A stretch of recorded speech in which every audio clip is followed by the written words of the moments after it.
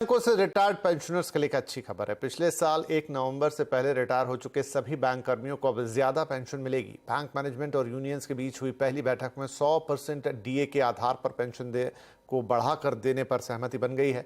इससे करीब 2 लाख से ज्यादा पेंशनर्स और फैमिली पेंशनर्स को फायदा होने वाला है। डिटेल के साथ है आलोक प्रियदर्शी। तो आलोक, ये बैंक कर्मचारियों के लिए अच्छी खबर है, और डिटेल्स क्या हैं आपके पास?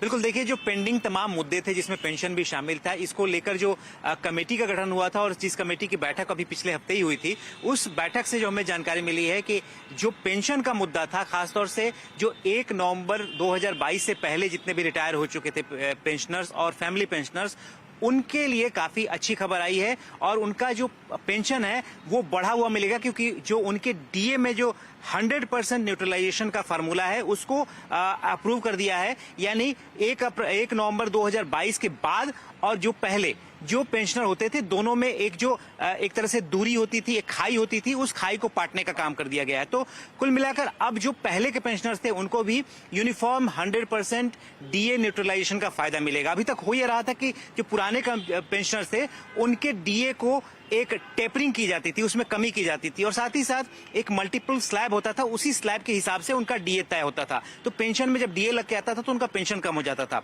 तो अब जो पेंशन आएगा उसमें अगर अलग अलग ग्रेड के हिसाब से देखें तो 800 रुपए से लेकर 16,000 रुपए तक की ये बढ़ोतरी देखने को मिल सकती है प्रति महीने जो मासिक पेंशन होगा। तो ये अपने आप में एक बड़ा मुद्दा है जिसको वित्त मंत्रालय की तरफ से भी इसमें परसुएशन किया गया था कि जल्दी इस मसले को निपटाइए। और आईबीए यानी इंडियन बैंक्स एसोसिएशन और United forum of bank union की जो बैठक हुई उसमें इस मुद्दे पर पहली ही बैठक में इस पर सहमति बन गई है और इसे लागू किया जाएगा आने वाले दिनों में।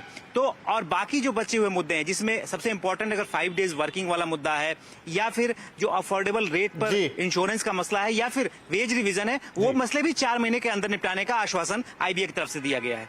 चलिए, तो काफी सारे फैसले यहाँ पर जिसमें पेंशनर्स के लिए बढ़िया खुशखबरी, और जहां तक अन्य मसले और खासतौर पर 2 दिन की छुट्टी पूरे महीने, उसको अब आगे निपटाया जाएगा। बहुत शुक्रिया आलोक इस अपडेट के लिए। और यहाँ पर वक्त एक छोटे से ब्रेक का। ब्रेक के बाद कुछ और खबरें।